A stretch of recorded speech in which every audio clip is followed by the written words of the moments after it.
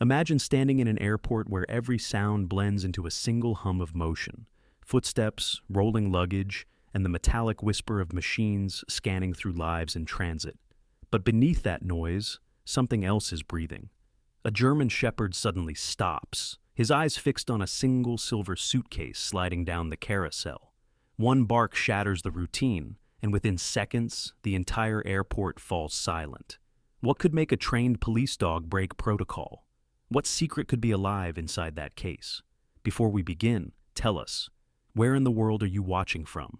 Type it below and stay with us, because what Shadow discovers next will change everything.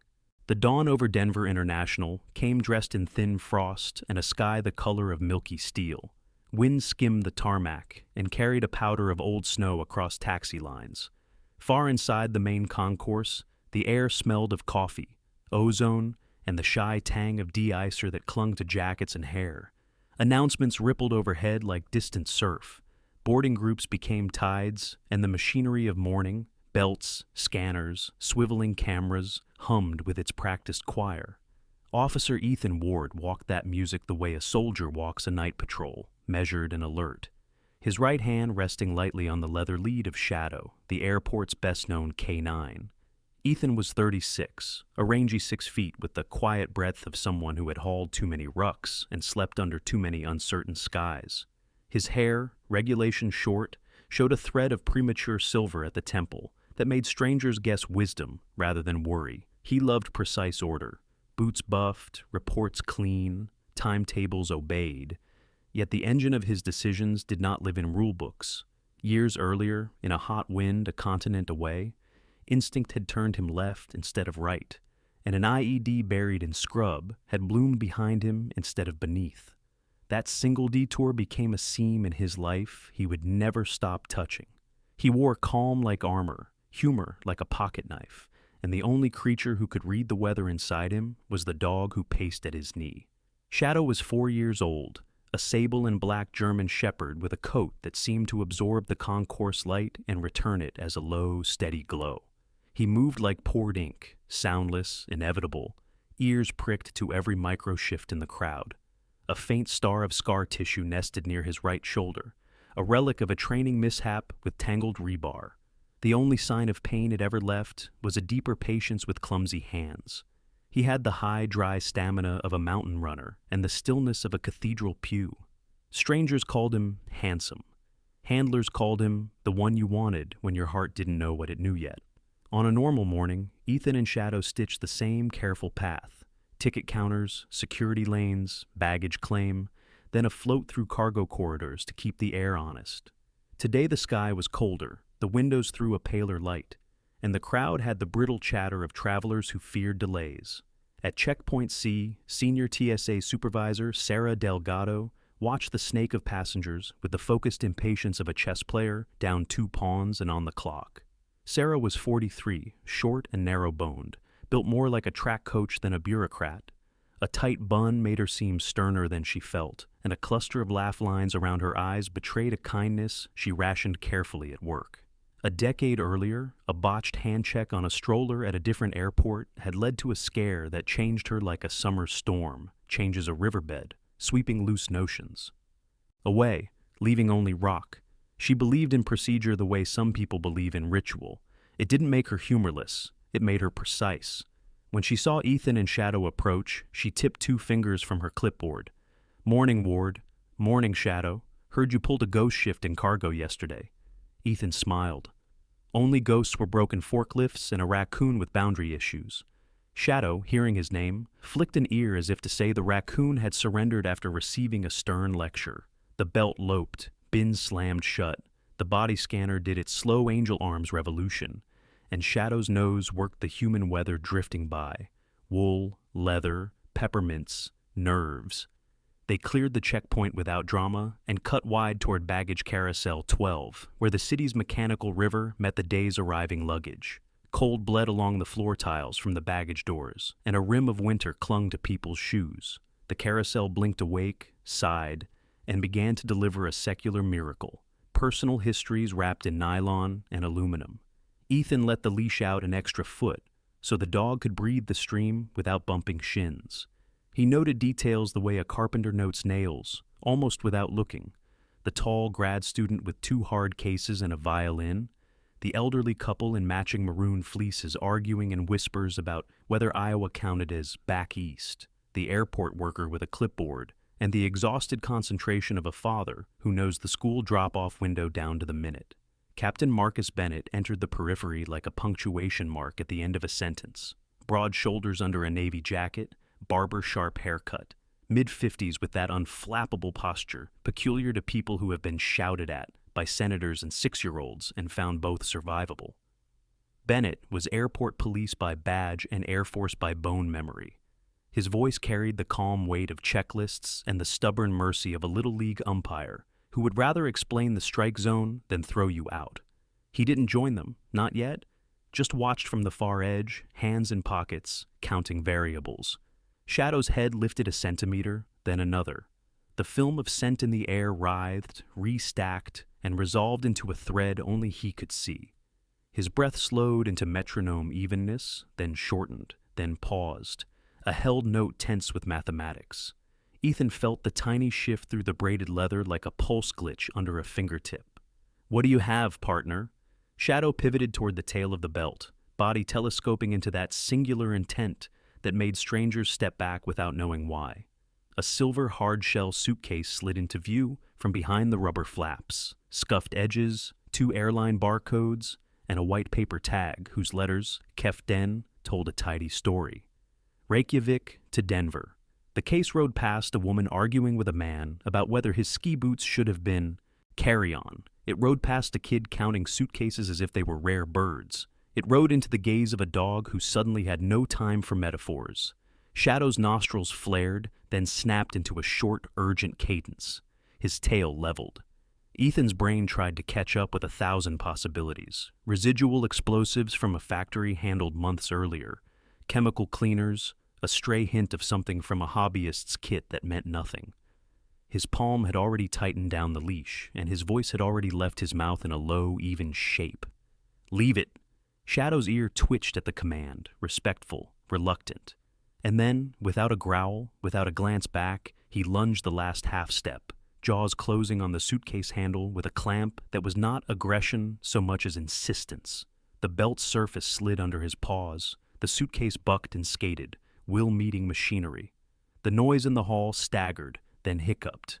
Gasps, the churn of wheels, someone shouting, the two-note bark of an alarm that always felt more theatrical than helpful. Ethan's free hand went up in the universal sign for everyone calm down, which has never once calmed anyone down, and then Sarah's whistle cut the air like a needle. "Lock it!" she snapped to her team. "Level 2, now!" The concourse shifted like a school of fish. Stanchions swung, agents moved, a maintenance door thunked open as if embarrassed to be caught in public. Bennett was already walking in, not hurrying, his pace the pace of a man who trusted systems and the people in them, but also the dog that would not quit. "Talk to me," he said to Ethan, eyes on Shadow's set spine, not on the handler. "Something's wrong in that case," Ethan answered, voice even because he forced it to be. "Not explosive wrong, alive wrong." "You smell that from over there, Ward?" Sarah asked, too sharp to be unkind. "He does," Ethan said, and nodded at the dog as if introducing an expert witness. The suitcase slid to the far edge of the belt, where bags were lifted by human habit into human arms. Shadow wouldn't allow it. He hauled backward with a small, brutal precision that turned the case sideways and jammed it against the rail. The belt continued to crawl beneath it, rubber rasping plastic in a teeth-on-foil squeal. Passengers gathered at the perimeter, drawn by the primitive magnet of taboo. Phones rose. Sarah's agents pushed the crowd back with palms out, and the polite firmness of people who had learned that persuasion worked better than barked orders, until it didn't. Bennett spoke into his shoulder mic without taking his eyes off the silver case. "Operations, this is Bennett. Initiate level 2 at Carousel 1-2. Freeze the belt. Repeat, freeze the belt. Divert arriving passengers to Carousel 9 and 10. Mark, I want those blast shields castered over now. And somebody tell public address to give me a smooth script about technical reset and thanks for your patience." The belt shuddered to a stop, like a creature begrudging sleep. The crowd's murmur surged, then flattened under the practice spell of the PA. Ethan loosened Shadow's bite with the cue he'd taught in drills. 2 taps to the handle, breath on the dog's ear, then secured the lead at a heel. Shadow's chest rose fast, then settled. His eyes were pinned to the suitcase, as if a second sun had appeared and only he could see it. "Walk me through," Bennett said, and Ethan did. What he'd seen, what he'd felt through the leash. The way Shadow's breathing had shifted from curiosity to calculus. Sarah listened with her clipboard pressed against her sternum like a shield. "We can't presume alive," she said, and there was no derision in it, only the reflex of evidence. "We follow protocol. We clear, we isolate, we assess. We do not open anything." Ethan nodded once. "Agreed. But we need to treat it like a living unknown until we know otherwise. Heat scan before anything else." Bennett's mouth made the old small shape it made when he heard 2 good arguments for opposite actions. He didn't love improvisation. He tolerated it the way a pilot tolerates weather, by respecting it. "Thermal," he said into the mic. "Get me thermal." The SHIELD team rolled in 3 folding blast screens, blue, dense, ugly as sin, and snapped them into a horseshoe around the stalled end of the belt. The air inside the improvised cove felt colder, as if the screens were holding heat out rather than keeping danger in. A tech in gray coveralls hustled over with a handheld thermal imager, the lens hood scuffed, a sticker of a smiling cartoon sun peeling off the back. This was Dylan Cho, mid-20s, medium height, soft-spoken in a way that made people lean in.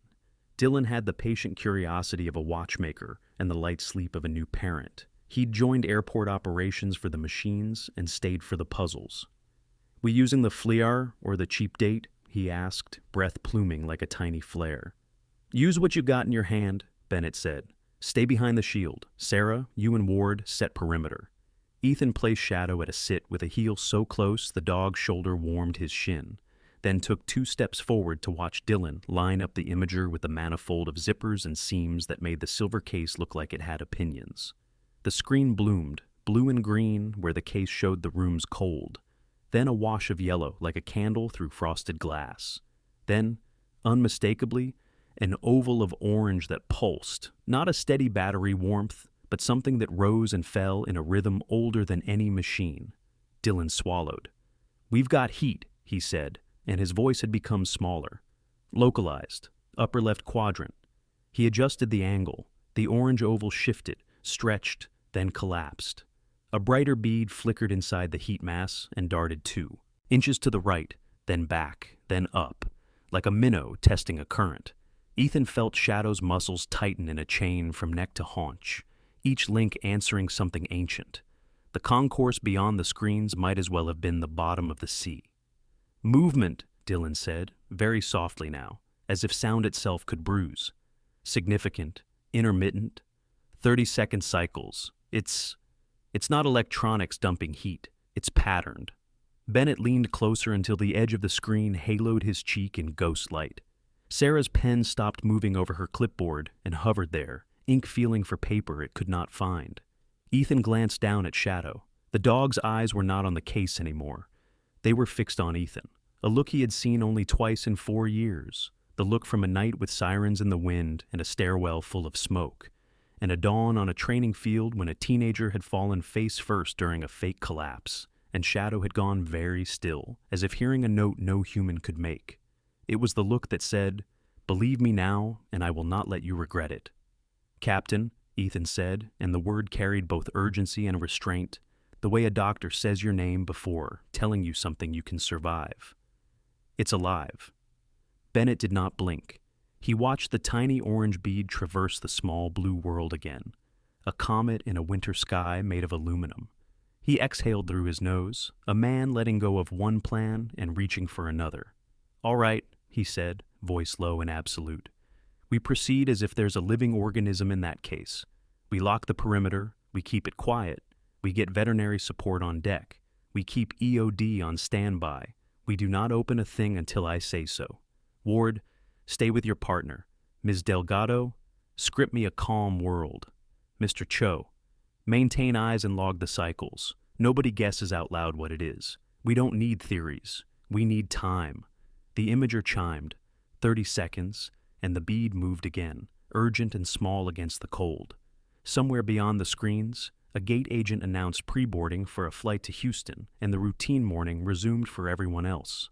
Inside the Blue Cove, a different morning began. Ethan set his palm against Shadow's ruff and felt the steady thrum of a heart that had carried him through fire and noise. The dog's breath synchronized with the pulse on the thermal screen until the two rhythms felt like one. The case sat mute, but the machine in Dylan's hand spoke a faith older than steel. In the brief silence that followed, the airport seemed to lean in as if the whole building had lungs. Ethan looked at Bennett, and Bennett looked back, and in that exchange there was a contract without ink. The world outside could have its chatter, its coffee, its impatience with minor delays. Here, for a span of held breath, there was only a silver case, the slow arithmetic of heat, and the gaze of a dog telling a man to remember this lesson that had once saved his life. When you cannot hear the truth, you must learn to smell it. The emergency lighting along the secured corridor pulsed a muted amber, the kind that made every shadow seem heavier than it was.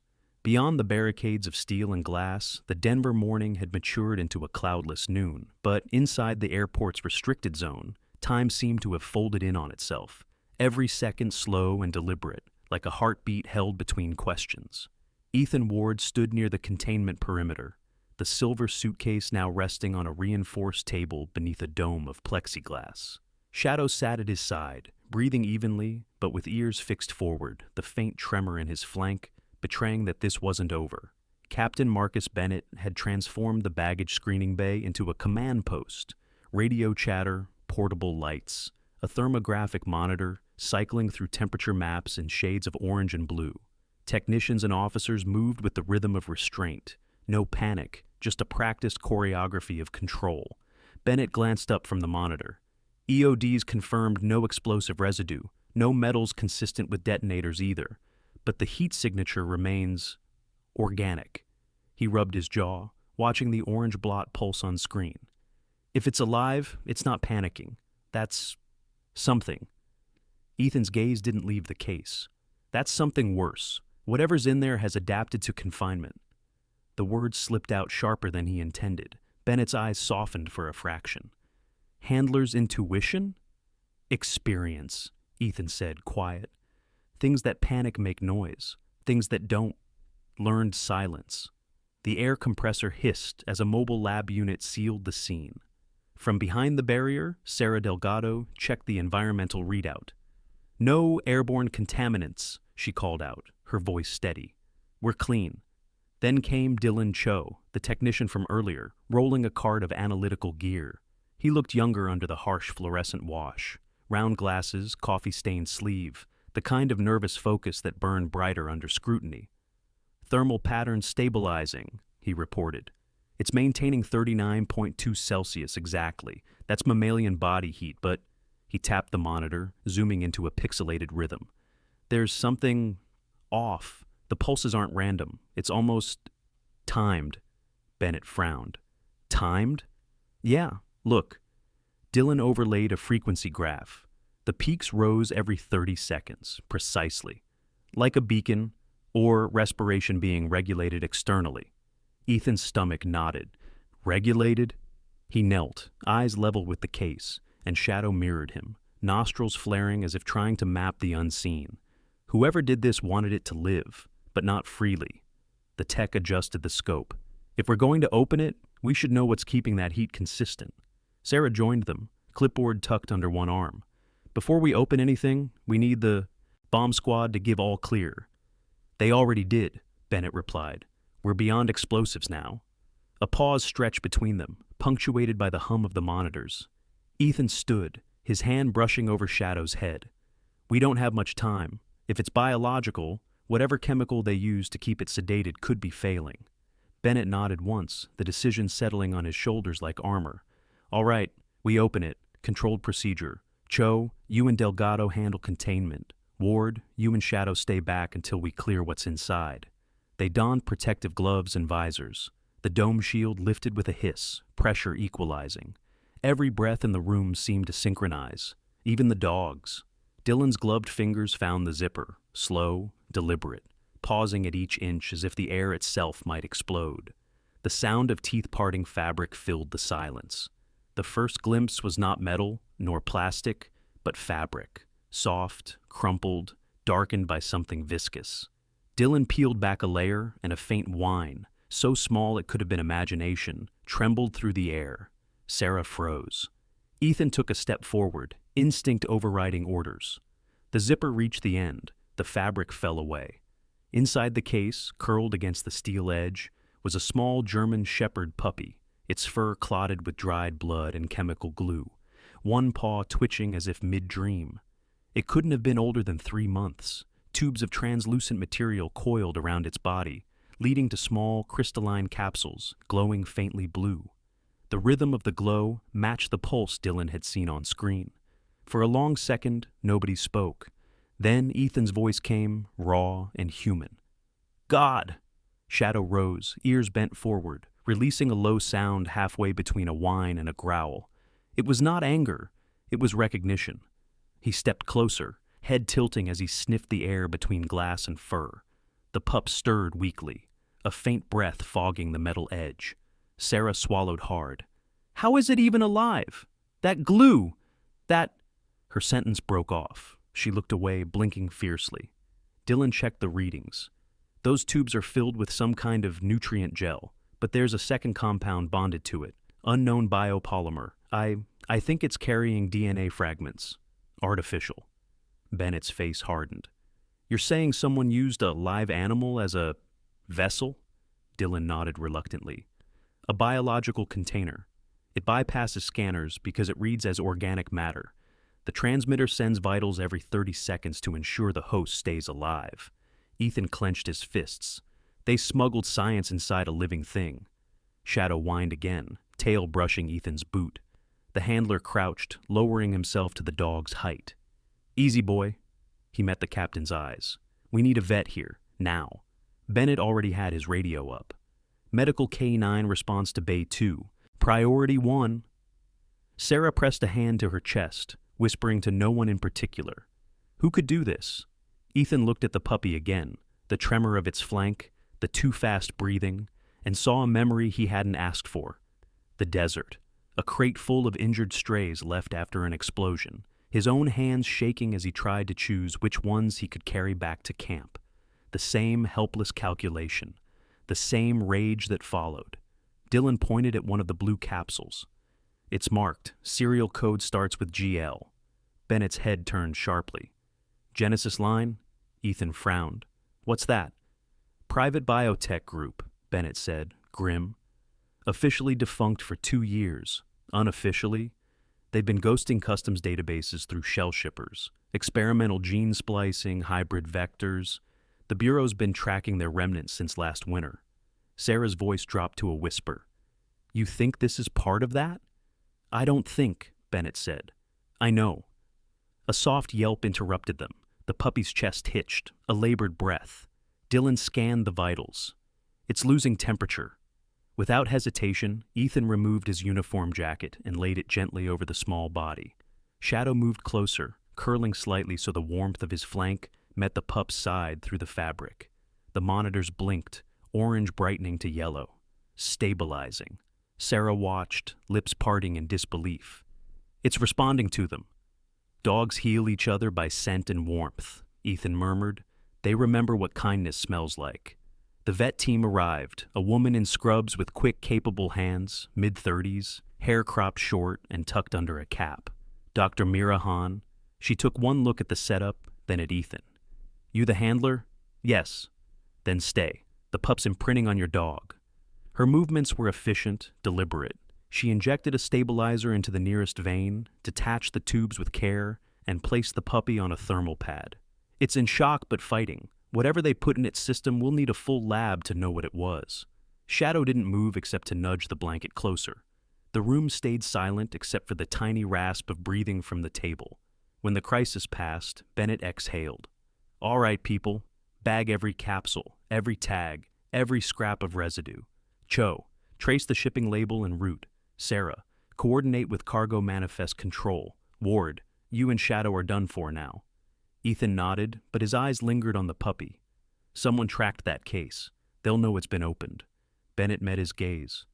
We're already tracing the signal. Whoever sent it is still watching. On the monitor, Dylan pointed to a pulsing light on the tracker display. He's right. The sender's signal pinged 30 seconds ago? Same building. Origins within the cargo wing. The captain's expression hardened into command. Lock it down, now! Ethan straightened, energy snapping through his body like a returning current. Permission to deploy Shadow. Granted, but keep your leash tight. Whoever's behind this isn't moving boxes. They're moving lives. He knelt beside Shadow, hand brushing the dog's collar. You ready? The shepherd's golden eyes met his, steady and alive.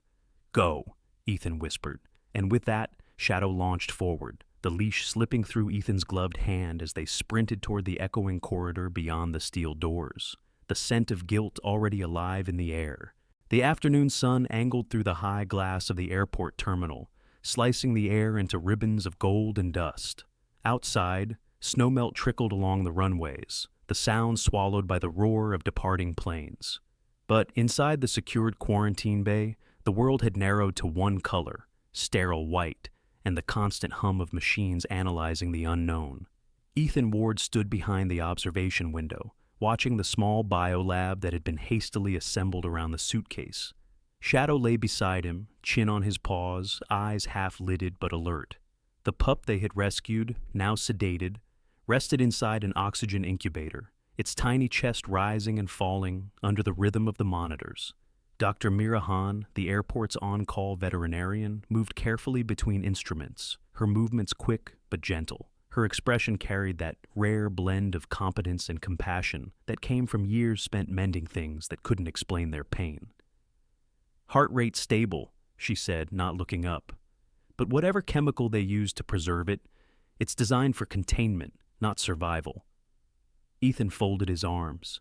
You mean it was never meant to live long? Or it was meant to be disposable, she replied, her voice clipped, like a carrier pigeon that dies once the message is delivered. Shadow gave a low rumble in his throat. Ethan reached down, brushing his fur. Easy, boy.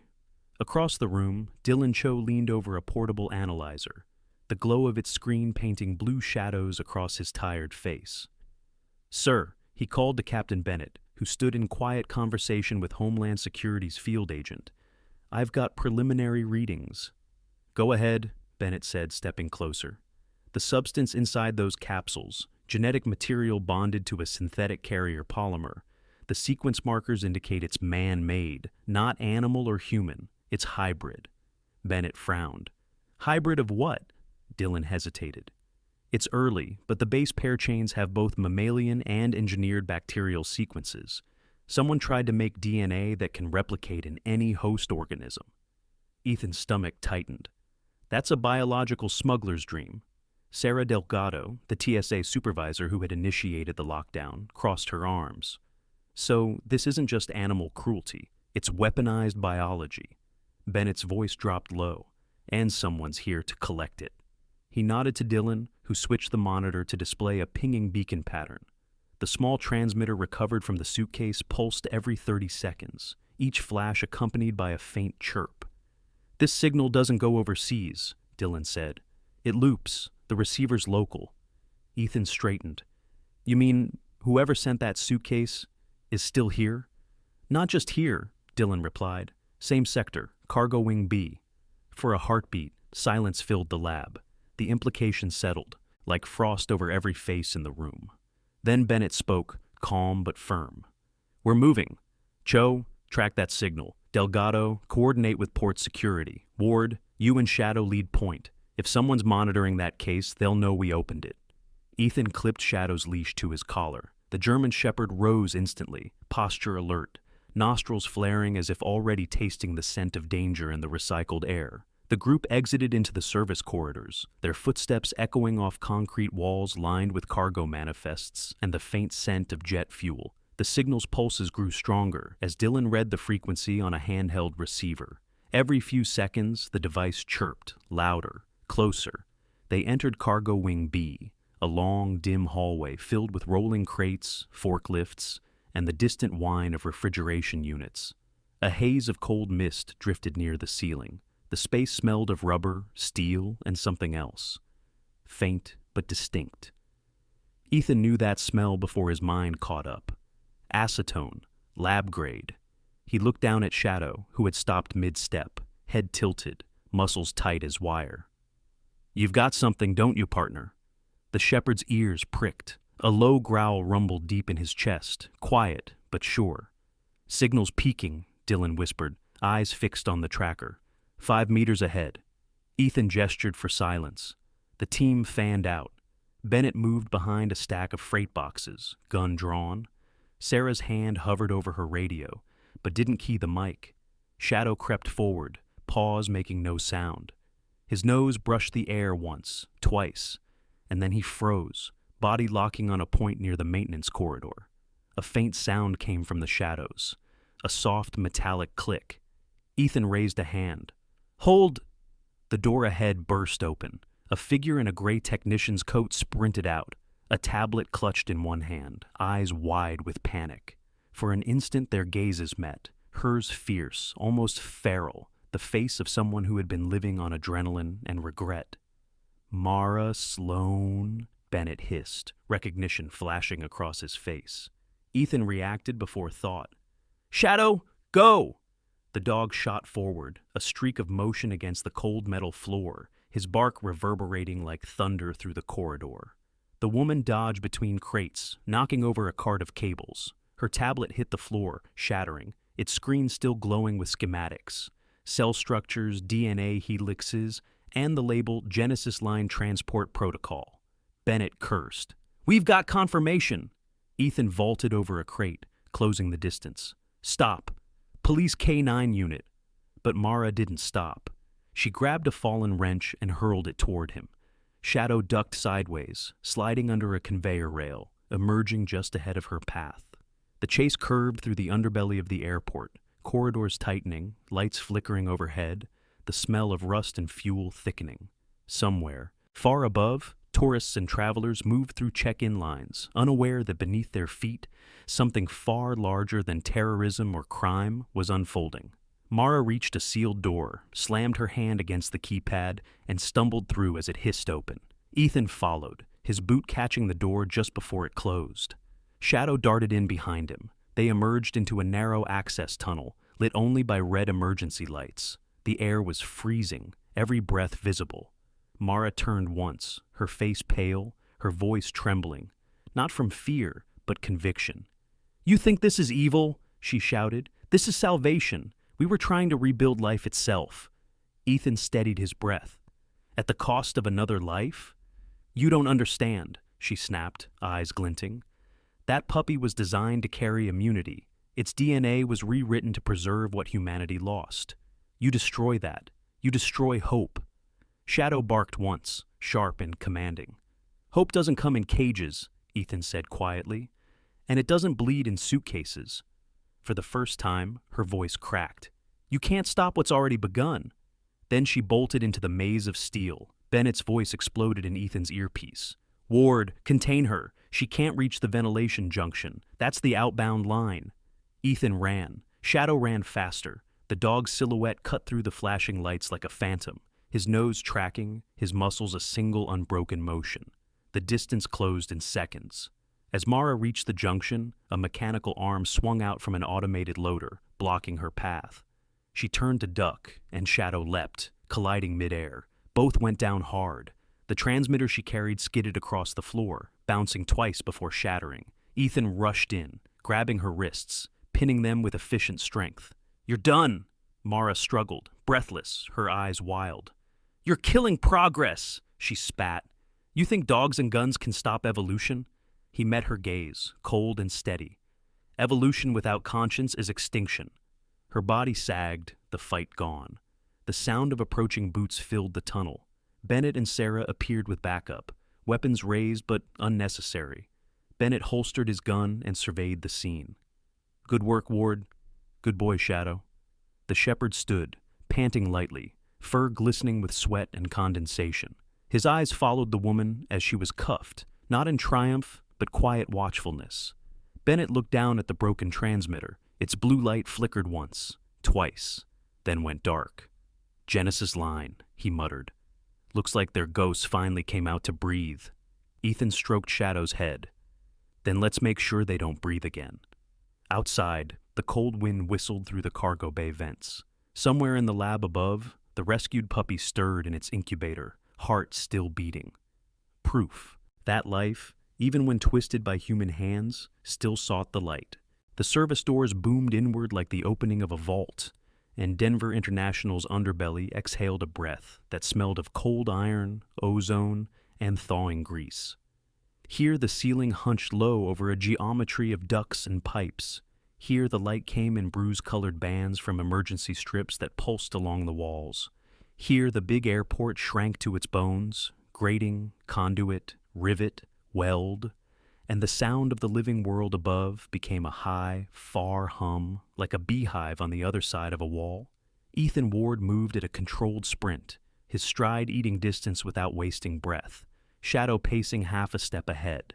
Silent, precise, the lead slack, but the drive taut as wire. Behind them, Captain Bennett's voice stayed level in Ethan's earpiece, even as information stacked and shifted. Movement confirmed, Sector D subbelts eastbound. She's cutting through maintenance alcoves toward the junction spine. Cameras track gray coat, black satchel, height 5'9". Ward, you're closest. "Copy," Ethan said, the word a clipped bead of air. Shadow's ears were pitched forward, nose writing in the invisible script that swirled along the concrete corridor. Hydraulic oil, citrus solvent, hot bearings, cheap machine coffee, and there, the thin sharp of lab acetone like a paper cut on the tongue. The dog's breathing shifted to a smaller gear, each inhale a metronome tick that pulled them inexorably right, then left. Then down a laddered ramp, whose diamond plate treads vibrated underfoot with the thrum of the conveyors 3 floors below.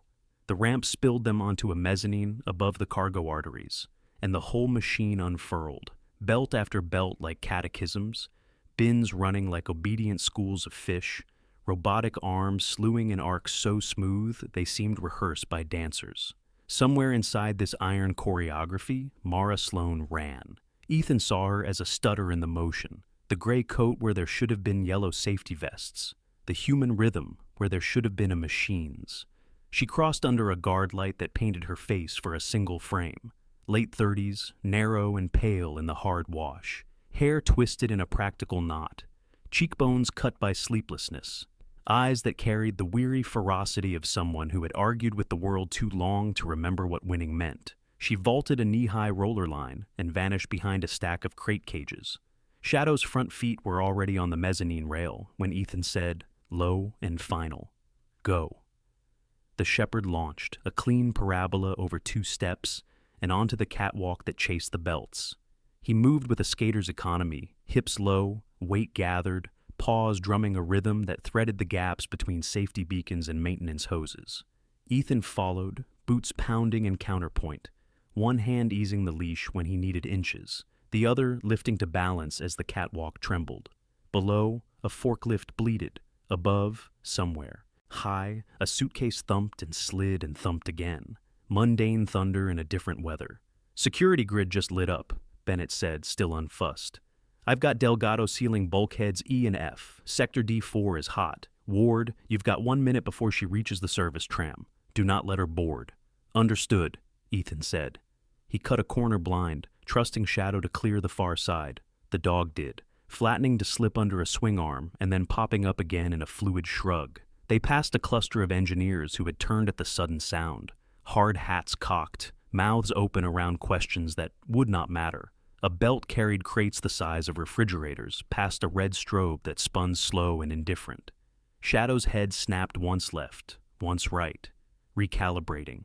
The scent was stacking, splitting, recombining. Acetone folded into something bitter saline, a residue of nutrient gel. He took them down an iron stair caged in steel mesh. The stair shed a rain of dust that tapped the grating below like impatient fingers. At the bottom, the air cooled and sharpened. The noise condensed into a dense metallic river. The suspect was close. Ethan signaled with a flat palm to a pair of port police fanning in from the west. "Block and hold," he mouthed, and they peeled off, weapons holstered but hands open, trained to build walls with their bodies. The corridor here narrowed to a throat barely wide enough for a pallet jack, the concrete sweating in slow tears where warm pipe met cold air.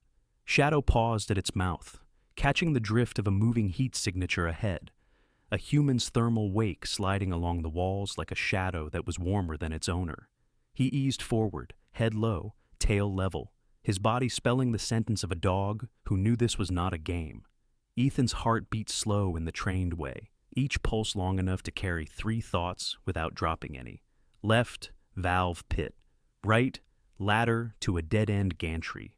Straight, maintenance hatch painted regulation, gray, still swinging, ajar by the thickness of a palm. He closed the gap in 6 noiseless steps and saw, in the hatch's reflection, the thin blue wink of a device, the same cadence he had watched on the thermal screen upstairs, the same 30-second heartbeat. Mara's hand. She was crouched inside the hatch, angled to run, the transmitter already awake in her palm, a finger poised over a button whose purpose Ethan could not know but understood in his bones. Mara Sloan, he said, not loud, not theatrical, simply naming a fact so the air would have to hold it. She turned, a small flinch driving her shoulder into the hatch rim, and for a moment the mask of scientist fell, and the tired, furious person beneath it looked out. "You're late," she said, voice hoarse and triumphant at once. "You were always going to be late." "Drop the device," Ethan said. Shadow's growl did not rise. It thickened, a velvet buzz just above. Silence. Mara's eyes cut to the dog and back. "You have no idea what you've interrupted." "A smuggling run that bleeds," Ethan said, with a heartbeat you tried to measure like a timer. She smiled then in a way that was not joy. It was the reflexive upward bend of a mouth that has decided to gamble everything it has left. "This is evolution," she said, "not a crime." "Evolution without ethics is a monster," Ethan answered, and the sentence landed in the cold and stayed. Her thumb flexed. Shadow moved at the twitch, a stripped bolt burst that took him through the hatch opening and onto Mara's center of gravity. Not teeth, but weight. Not violence, but physics. Ethan was 2 steps behind, hands already finding wrists, the leverage a learned thing his joints remembered without asking. The transmitter cracked loose and pinwheeled toward the corridor. It skittered, sparked once, and died against a grate with a noise like a swallowed breath. "Don't move," Ethan said, and his voice was steady enough to hold them both up. He cuffed her with the speed of muscle memory, rolling a shoulder to keep her face off the metal, the small mercy that separates restraint from harm. Shadow backed 1 pace and parked, chest heaving, eyes on her pupils, reading dilations and micro-shifts the way a meteorologist reads clouds. "You think you've saved anything?" she hissed, the words forced through clenched teeth. "You think killing the messenger stops the message? We were curing the uncurable. Do you have any idea what it means to carry immunity across species? To insulate the vulnerable from extinction? Of course you don't. You play fetch with morality while the rest of us try to drag a dying century into its next self." Ethan did not rise to the bait. "You put a living creature in a box and called it a vessel. You called what was inside cargo. Those are the names people use when they need to stop seeing what they're doing." She laughed once, short and helpless. "Names are what keep people sleeping at night. You'd know." He hauled her gently to her feet, fingers on the chain between the cuffs, the lift careful because roughness would waste energy and waste was the enemy. "Bennett," he said into the mic. "Suspect in custody, transmitter disabled, location D4 maintenance hatch, East Spur." "Copy," Bennett's voice replied, and Ethan could hear the relief, wearing a coat of professionalism. "Delgado has E and F sealed, bringing a team to you. Any injuries?" "Negative," Ethan said. He glanced at Shadow. The dog's stance had softened by a hair, the kind of microscopic easing only someone who had spent years measuring it would catch. K9 secure. The maintenance corridor began to fill with the echoes of the approaching team, boot falls and clipped radio acknowledgments, the tidy poem of an operation closing its loop. Mara shifted her weight, as if to test the idea of flight, and abandoned it. The dog did not move, but the thought died in her eyes. "I was right there," she said, and it wasn't clear if she spoke to Ethan or to some jury in her head. "At the edge. 1 more trial run, and we would have proved vector stability. You call it smuggling. I call it delivery." "Of what?" Ethan asked, and it was not rhetorical. She stared at him as if the question had no answer words could hold. Of beginnings, she whispered. For a small heartbeat, the machines around them seemed to pause, waiting, as if the airport itself were listening to whether the definition would stand. Then the team was there, Sarah Delgado first, precise even when her breath smoked in the cold. 2 port officers behind her, alert and unafraid. A federal agent in a windbreaker with a face that looked carved from policy. Sarah took in the scene in a single sweep. Suspect cuffed, device inert, dog calm, handler steady. Approval flickered over her features like a match lit and snuffed. "Sector secure," she said into her shoulder mic, then to Ethan, softer. "Nice work." Captain Bennett arrived seconds later, his presence carrying its weather of command. He did not crowd the moment. He observed it, letting its facts present themselves. "Dr. Sloan," he said at last, and the honorific was not a kindness so much as a way of pinning the truth to her. "You're under arrest for violations of federal biosecurity statutes, animal cruelty, conspiracy to transport controlled genetic material, and whatever else our friends at Homeland decide should make the list." Mara looked past him at the far wall, as if somewhere behind the concrete was the ocean she had used as a relay, as if beyond that ocean, a laboratory still hummed and a dream still held shape. "You can't put evolution in cuffs," she said. Bennett did not look at Ethan to borrow a line. He made his own. "No," he said, "but we can put people who forget they're part of it." He nodded, and the officers moved with the gentleness of good arrests. Ethan slipped the leash back on Shadow with a click that sounded to him like a promise renewed. As they turned to walk the suspect out, the corridor exhaled, the belts resumed their implacable work, and above them, an intercom in some bright concourse announced pre-boarding for a flight to a place whose name rounded its vowels in a friendly way. They moved through the understructure like figures in a bloodstream returning to the heart. At the final bend before the staging area, Mara slowed and glanced at the dog. "He knew," she said, something like reverence finally bleeding into her voice. "Before any of you, he knew." Ethan's hand rested on Shadow's neck, the living anchor that had kept him from more than one fall. "He knows what's alive," Ethan said, "and he knows what life is for." She didn't answer. She had run out of words that could move anything here. In the staging bay, the blue blast shields from earlier were stacked like folded wings. Beyond them, the temporary lab glowed with its clean lights. Ethan could see through the window the small form of the rescued puppy under Dr. Hahn's attentive silhouette.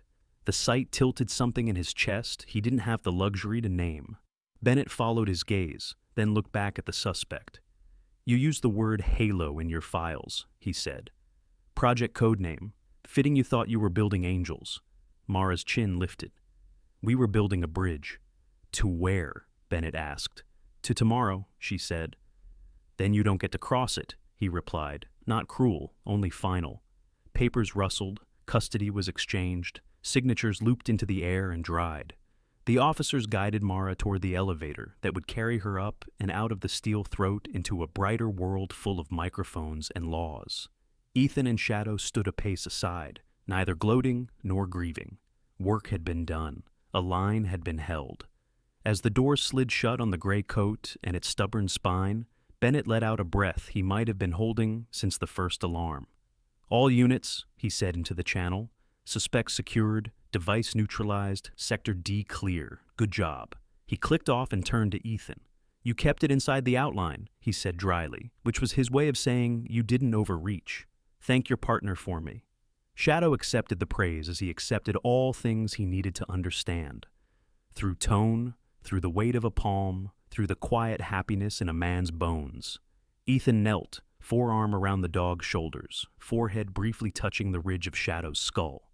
The airport's breath moved past them, metallic, cold, alive. "Come on," he murmured. "We're not finished. We have to go back upstairs and make sure the story that started in a suitcase doesn't end in one." Shadow rose, shook once, and looked toward the lab door, where a small life had steadied its own pulse against the world's machinery.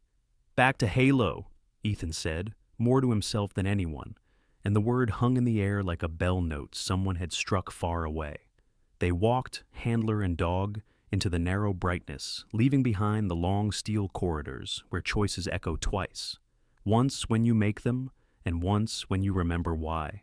The Denver skyline was a mosaic of glass and smoke when the storm clouds began to break.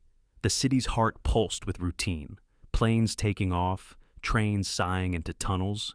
Yet beneath that rhythm, inside a concrete bunker at the airport's perimeter, the aftermath of the Genesis Line operation unfolded in tense, low voices and the faint click of keyboards. Captain Marcus Bennett stood at the head of the operations table, sleeves rolled, eyes fixed on a wall of monitors streaming live feeds from multiple agencies. The Homeland Security insignia glowed faintly in the background. "We've confirmed the shipment originated from Reykjavik," he said, voice even but heavy. But Iceland was only a relay point. The cargo came from an offshore research platform registered under a shell company, GL Biogen. Homeland Security Agent Reed, a sharp-faced man in his 40s, scrolled through a digital manifest. "They were supposed to be dismantled 2 years ago after the federal ban on synthetic genome projects. But someone kept the lights on, probably using private funding through black market pharma."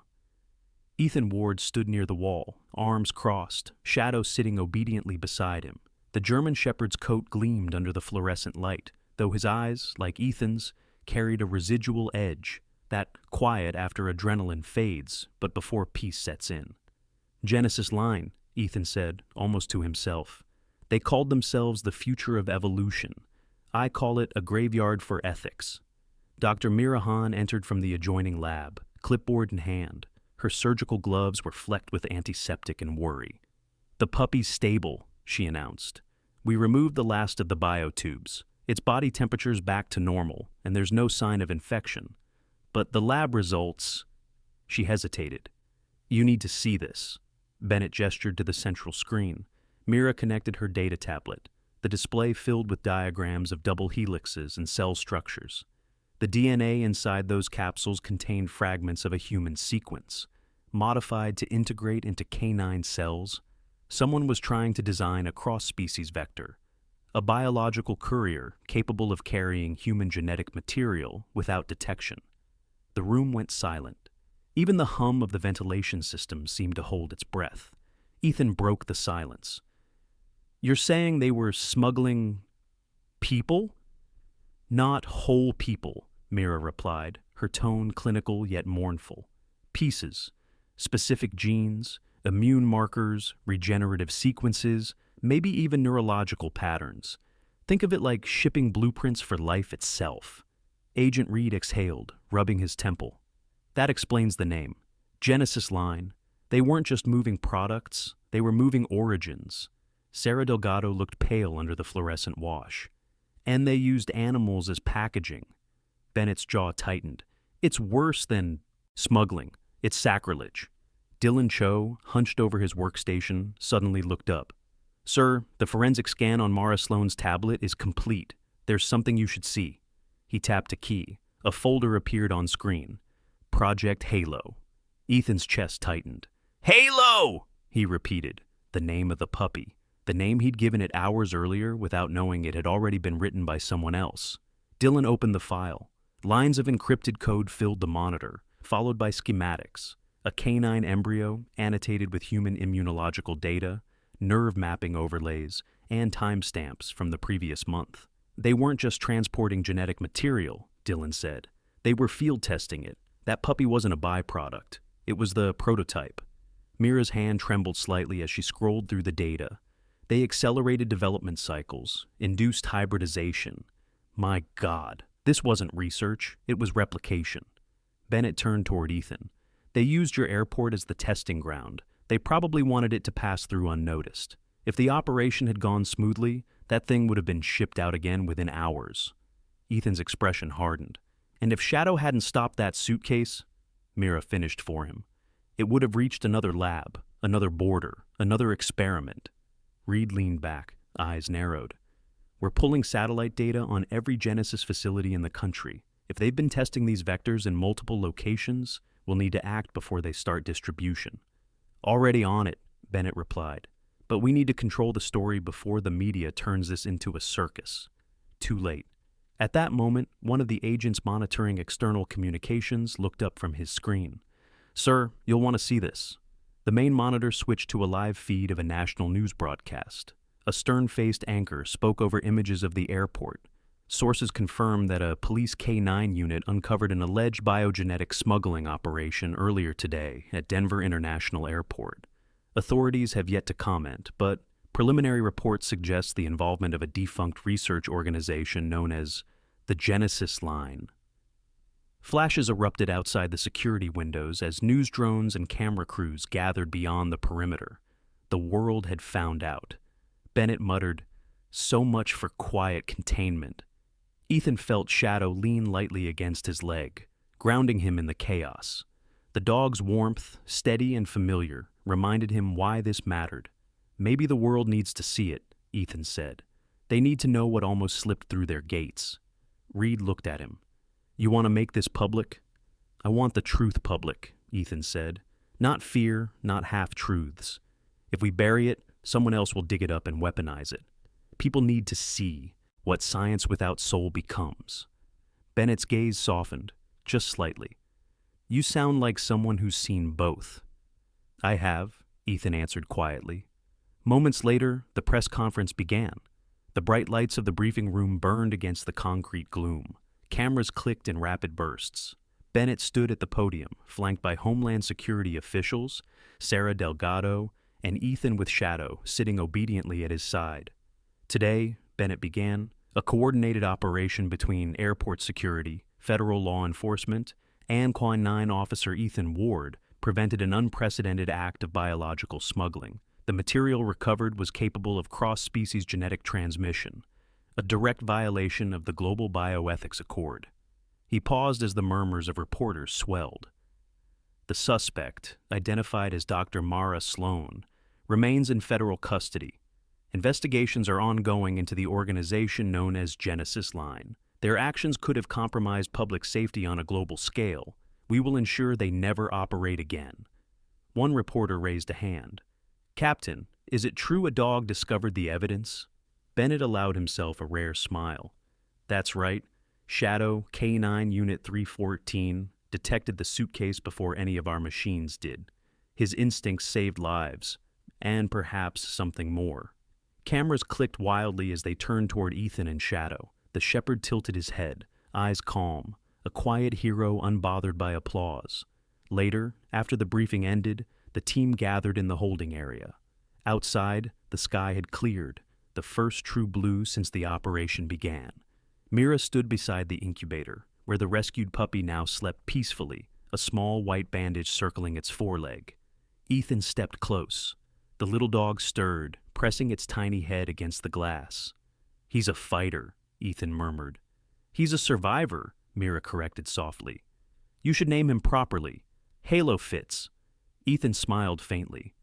"Then, Halo it is." Bennett entered quietly, holding two small boxes, one bearing a federal seal, the other plain. He set them on the counter. "Homeland sending commendations, but the real one's for him." He opened the unmarked box. Inside was a gleaming silver badge embossed with a single word, Hero K-9. Ethan fastened it to Shadow's collar, the metal catching the afternoon light. The dog blinked once, tail flicking, unaware of the ceremony, but aware of the pride behind it. Bennett watched in silence, then said, "You know, Ward, there's a saying. A good dog doesn't just protect his handler. He protects what's left of our humanity." Ethan looked at Shadow, then at Halo. "Then humanity's in good paws." The captain chuckled softly. "Take some time off, both of you. You've earned it." As Bennett left, Ethan lingered by the window. The reflection showed three silhouettes, a man, his loyal partner, and a newborn life resting between them. Outside, the storm had passed, and sunlight cut through the melting clouds. He thought of all the lines drawn that day, between progress and ethics, ambition and empathy, creation and conscience, and how easily they could blur. Shadow pressed his nose against Ethan's palm, grounding him again. "Come on, partner," Ethan whispered. "Let's get some air." The door opened, and the two walked into the golden light beyond, the weight of the day fading behind them, the hum of the city returning, steady, imperfect, alive. Night folded softly over Denver International, wrapping its glass and metal in quiet reflection. The terminal, once humming with the voices of thousands, now echoed only with the faint roll of cleaning carts and the sigh of automated doors cycling closed. Outside, snow drifted in slow spirals, catching the yellow glow of runway lights. Inside the veterinary wing, everything was still, except for the steady, living rhythm of breathing. Ethan Ward sat on a narrow bench beside Shadow's resting place. The German Shepherd lay stretched on a blanket, head turned toward a smaller enclosure where the rescued puppy, Halo, slept under the glow of a heating lamp. The air smelled faintly of antiseptic and pine cleaner, but under it lingered the deeper, grounding scent of dog, fur, warmth, and life. For the first time since morning, Ethan allowed his shoulders to loosen. The day's noise, alarms, shouts, the metallic percussion of pursuit had dissolved into a silence thick enough to feel. It wasn't peace yet, but it was close. Shadow stirred, shifting slightly. His badge still hung from his collar, gleaming faintly in the soft light. Ethan reached down and brushed his fur. "You did good, partner," he said quietly. "Better than any of us." Across the room, Dr. Mirahan finished logging medical data. Her white coat was rumpled, her dark hair escaping its tie. She approached softly, speaking in the tone of someone who'd seen both too much and just enough. "Vitals are steady, the sedatives are wearing off, but his system's adjusting fine. Strong little guy." Ethan looked up. "Will he make it?" Mira gave a tired smile. "He already has. Whatever they did to him, the chemical grafts, the nutrient infusion, his body's rejecting most of it naturally. It's like he knows what doesn't belong." Ethan exhaled. "Smart kid." "Maybe not just smart," Mira said thoughtfully. "Maybe pure, like something made to survive in spite of us." They both turned as the puppy stirred. Halo shifted under the blanket, a small whimper escaping him. Shadow's head lifted instantly, ears pricked. With a quiet whine, the larger shepherd rose and padded toward the incubator. His nose brushed the glass gently. Halo responded, a weak wag of his tail, then the tiniest nudge forward, pressing his nose against the other side. Mira's eyes softened. Instinct recognizes its own. Ethan watched the moment with a stillness that wasn't fatigue, but reverence. "He's claiming him," he murmured, like saying, "You're not alone anymore." The room filled with the slow metronome of the puppy's breath and the hum of the heater. For a heartbeat, time stopped. Then the door opened with a quiet hiss. Captain Bennett stepped in, dressed down now. Jacket off, shirt sleeves rolled, the fatigue of command etched deep into his posture. He carried 2 cups of coffee and an envelope under his arm. "I figured you'd still be here," he said. He handed Ethan a cup. "You look like hell, Ward." Ethan took it, chuckling softly. "You should see the other guy." Bennett lowered himself into the chair beside him. His gaze moved from Shadow to Halo, then to the quiet weight hanging in the room. "You know," he said, "I've seen agents lose their nerve, soldiers lose their edge, scientists lose their souls. But I've never seen a dog lose faith." Ethan smiled faintly. "That's why they lead us home." Bennett took a sip, grimaced. "Cold?" He set the cup down. "Homeland confirmed it. Genesis Line's servers are fried. Sloan gave up the coordinates to their offshore lab. They're cleaning up as we speak." "So it's over," Ethan said. Bennett's answer came slow. "For now. But every time we close one of these doors, another one cracks open somewhere else. Science never sleeps. Ethics just takes naps." Ethan looked toward the window, where snow still fell, soft against the dark. "Then we keep watch," Bennett nodded. "That's all we can do." Silence settled again. The captain's gaze drifted toward Shadow. "You should know something," he said. "The press conference went national. They're calling Shadow the hero of Denver. Media wants pictures, interviews, the works." Ethan groaned softly. "He hates cameras." Bennett smiled. "Then maybe let him skip the spotlight. But people need hope right now, Ward. Let them have it." He stood, leaving the envelope on the table. "Inside's your commendation letter, and one for your partner. The brass wants a ceremony next week. I told them to make sure there's room for 2 names. Ethan nodded. "Thank you, sir."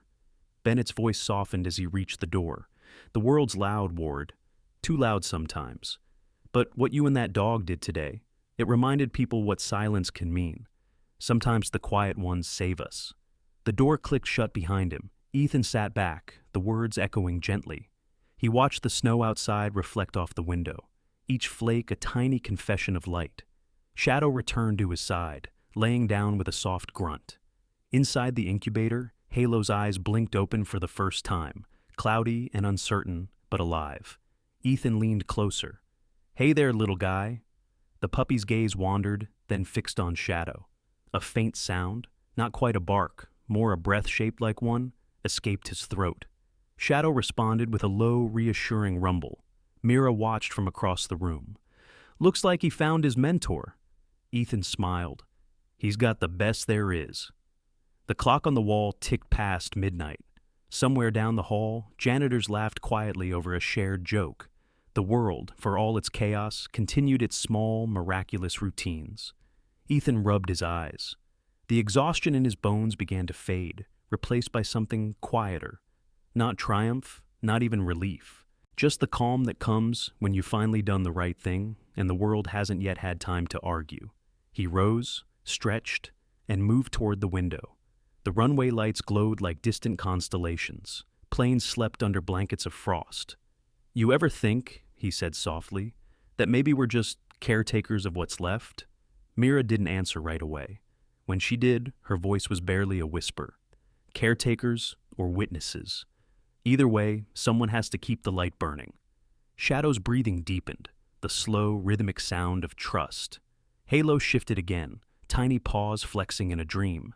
Ethan smiled. "Guess we'll keep the watch then." The wind outside sighed against the glass. Snow tapped gently like a metronome, keeping time for the city below. A few minutes later, Mira dimmed the lights and left the room, her footsteps fading. Ethan remained, a silhouette beside his dog, both framed by the glow of the incubator. He whispered, not to anyone in particular, "Rest easy, Halo. You're safe now." Shadow's eyes closed. Ethan leaned back, head against the wall, the day replaying behind his eyelids. The scent of steel, the echo of boots, the sound of a zipper revealing not death, but life. Somewhere deep inside him, a small prayer formed, not of words, but of gratitude. Outside, the first light of dawn slipped over the snow, gilding the frost in gold. The night was over, and in that fragile stillness, one man, one dog, and a rescued life. The world, for a moment, remembered what it meant to be human. Sometimes God does not reveal his miracles through thunder or fire, but through the quiet loyalty of a faithful heart.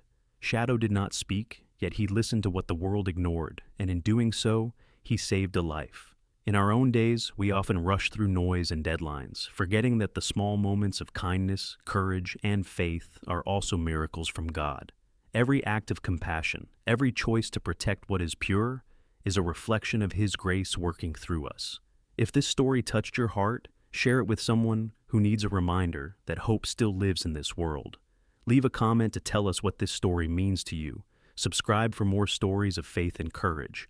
And may God bless you and your family with peace and strength. Type Amen if you believe that miracles still happen every day.